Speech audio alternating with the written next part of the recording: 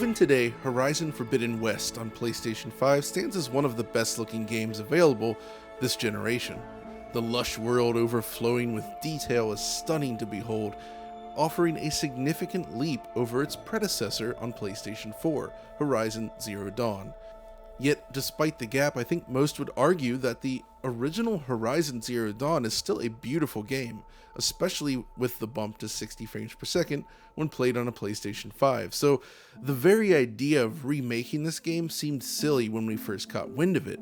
But it turns out that's not what we're looking at all, and instead we have a robust remaster helmed primarily by Nixxes that manages to greatly enhance the visuals while introducing a full suite of options that we first saw in the second game. So just what is Horizon Zero Dawn Remastered? Well, that's what we're going to cover today. I'll walk you through the game's new visuals and discuss what has changed in this transition to PlayStation 5. So is it worth checking out? Let's find out.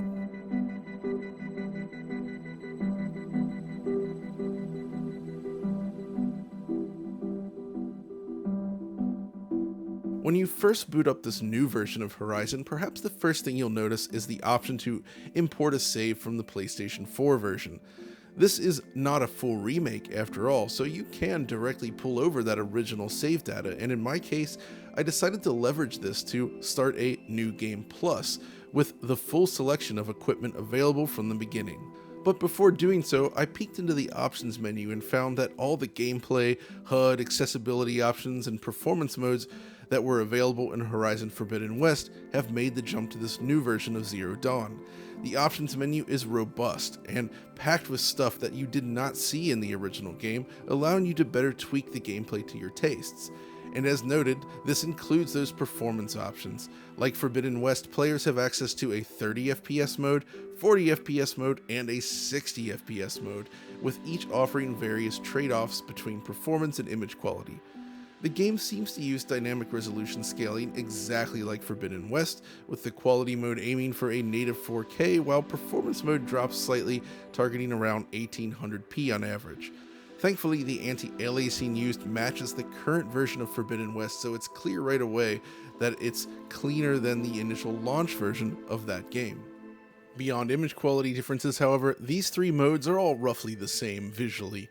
Personally, the image quality and performance mode is strong enough that I recommend this mode over the others. Beyond image quality differences, however, the three modes are all roughly the same. Personally, the image quality and performance mode is strong enough that I recommend this mode over the others.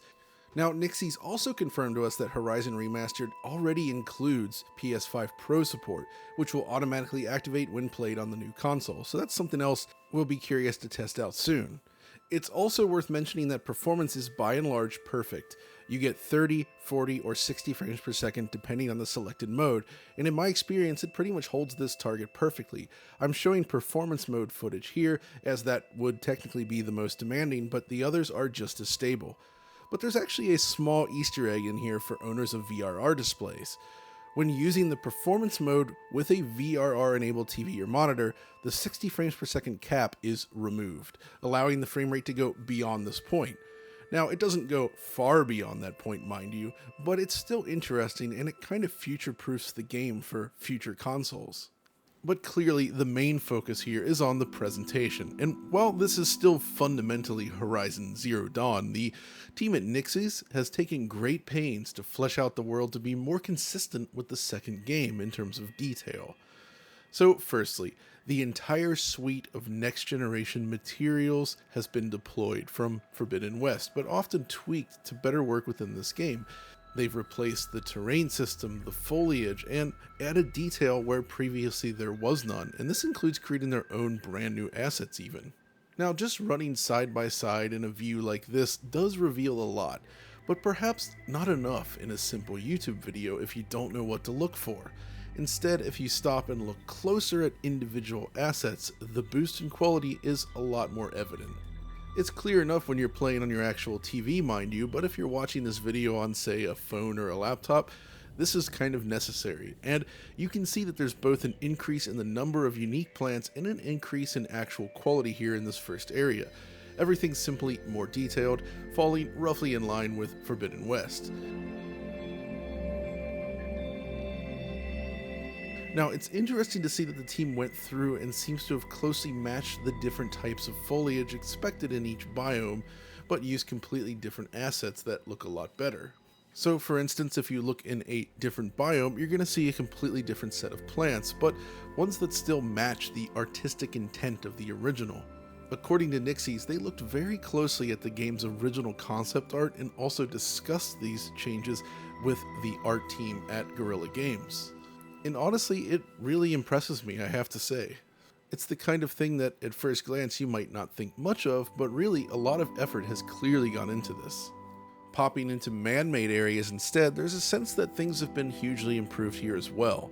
For instance, the stonework used throughout Meridian is hugely improved in this new version. Instead of just displaying a flat texture like the original game, the individual stones now have proper height and interact with the lighting model. Still, I have to admit, when you're just viewing a pair of clips from each version of the game, it's not unfair to say that finding the difference can be a little bit tricky. That is, if you don't know what to look for. Furthermore, the original game still looks pretty good. This is very much an upgrade focused on nitty-gritty detail, so not everyone's going to notice or appreciate the boost in detail, which is what makes these comparisons so difficult. But that brings us on to some of the other changes, because there is more to this than just boosting the detail of the environments around you. For instance, water rendering. Now this is something I took issue with back in my original analysis of Zero Dawn. The water simply never looks very good in that game. It uses an ugly, low-resolution approximate cube map along with very limited screen space reflections. The sequel, though, absolutely blew the doors off the first game with amazing water rendering throughout. Zero Dawn Remastered, in comparison, kinda sits somewhere in the middle. It never appears quite as striking as the sequel, mind you, but the improved SSR and fallback reflection systems do make a big difference. But the quality of both elements has been dramatically improved. Reflections can admittedly appear slightly pixelated on close analysis, but it's miles beyond the original game, and it now really shows off the surroundings, leading to much more attractive scenes. Similar to the second game, the underlying reflection texture seems to update in real time based on the surroundings. So in this clip, I've occluded the scenery from view, limiting what SSR can show, yet you can see that the underlying reflection map is updating to match the off-screen scenery.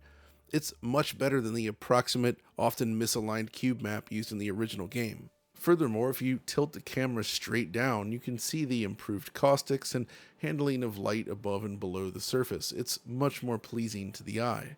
Scenes like this really showcase how much better the water rendering can be in the remastered version, and given how much water there is in this game, it's honestly one of the largest improvements.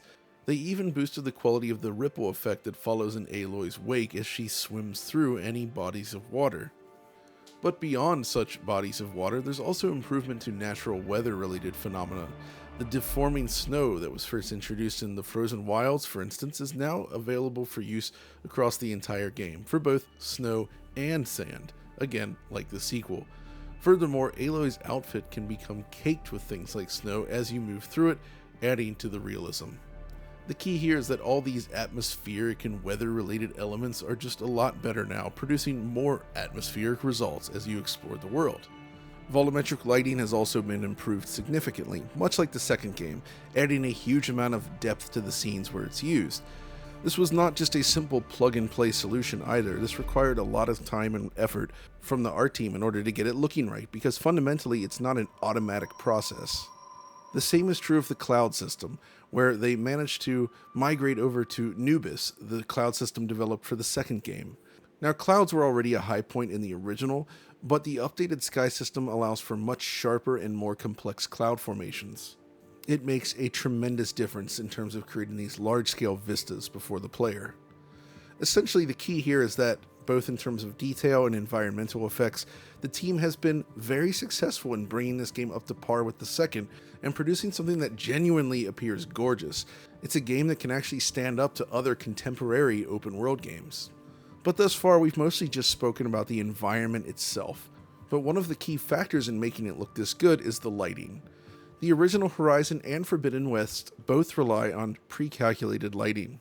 as opposed to fully real-time global illumination. But the quality of the individual bakes was increased massively, allowing more detail in subtle shadowed regions of the image. This is what they've brought to Horizon Zero Dawn Remastered.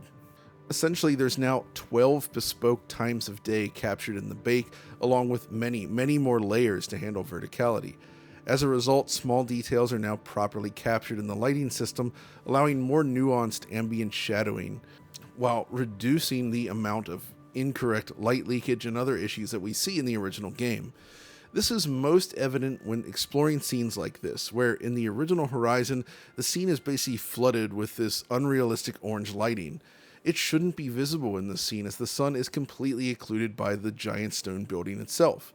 As you can see in Remastered, the scene feels a lot more natural to the eye. Areas in shadow are properly shadowed now, which was not the case previously. The thing is, as I learned from talking with Nixxes, the improvements to lighting aren't just down to this technology. Instead, the entire game was relit by hand. So while technology was certainly leveraged to improve accuracy, many of the improvements are simply down to more experienced lighting artists working their magic. The combination pays off big time, producing far more striking results in terms of overall scene lighting. Honestly, the changes are significant enough that I'm not even sure the word remaster is the correct one here. There are always arguments over what a remastered game really means, but in most cases, improvements are very minor and the focus is on image quality and performance, essentially bringing it up to par for whatever technology is being used to view the game through a modern system. It's kind of the same thing with movies, right? Horizon Remastered, though, kind of reminds me more of Bluepoint's work on Shadow of the Colossus and Demon's Souls. Okay, perhaps not that ambitious, but it's more in that ballpark than not. There's just this sense that the team went through with a fine-tooth comb and made sure they redid basically everything in the game to look properly modern. Two other quick improvements I wanted to mention, though, are LOD pop-in improvements and foliage interactivity. From this shot, you can see how things like grass are visible at a much greater distance here in the remastered version. There's just a lot less visible pop-in that you'll see while running across the world. It helps make things feel more solid overall, and it's a nice improvement. Secondly, while it's not quite on par with the best we saw in Forbidden West, it's pretty close. Essentially, smaller plants now react to Aloy as you walk through them. There is still some visible clipping, mind you, but it looks a lot better than the original game. You know, where all the plants basically did not interact with Aloy at all, aside from the red grass that you can hide in. But okay, the next thing I think we should discuss here are the characters themselves, as well as the packaging around them. You see, all the character models have been updated in this version of the game, but not in the way you might expect. Essentially, all the base polygon meshes are largely the same between this and the original version. Aloy, for instance, still boasts rather sharp knees. But that doesn't mean there haven't been improvements. Essentially, the materials used across every character in the game have been overhauled. Skin is now more realistic, behaving naturally against the light. Clothing is improved, and everything is just more convincingly lit. Aloy herself has received the most improvements, with things like peach fuzz and superior hair quality being added in. More importantly, they improved one of the game's weak points, the conversations. In the original, conversations outside of the main cutscenes were often very stiff and awkward. This was hugely enhanced in the sequel, where they look fantastic. For Remastered, they actually captured many hours worth of new motion capture data. They then built a complex system to integrate the new data into the game. This means character movement and facial animations have been improved and appear more natural. It's not quite at the same level of quality as Forbidden West, I would say, but it's a heck of a lot closer and much more natural. Furthermore, entirely new camera angles have been selected for these scenes, making them feel even more fresh. This all helps a ton in terms of presenting the story to the player. The 5-point lighting system from Forbidden West also makes a return. I know not everyone loves this so-called hero lighting, but I actually think it looks pretty good overall and helps the characters stand out in their respective scenes. The original game used just a pair of lights in comparison, and things were less convincingly integrated into the scene. Furthermore, dynamic lights in general exhibit a wider radius of effect. Like in this scene, you can see creatures light the surrounding environment, while the raging fire, which is off screen by the way, is visible on this tree trunk. Also in this cutscene, you actually get the warm orange glow from the torches that is completely missing in the rather cold looking original. There's a ton of other scenes as well where the lighting just feels a lot better, like here in these Arctic areas, The skin almost looks completely fake here in the original, and it feels a lot better in the remastered version.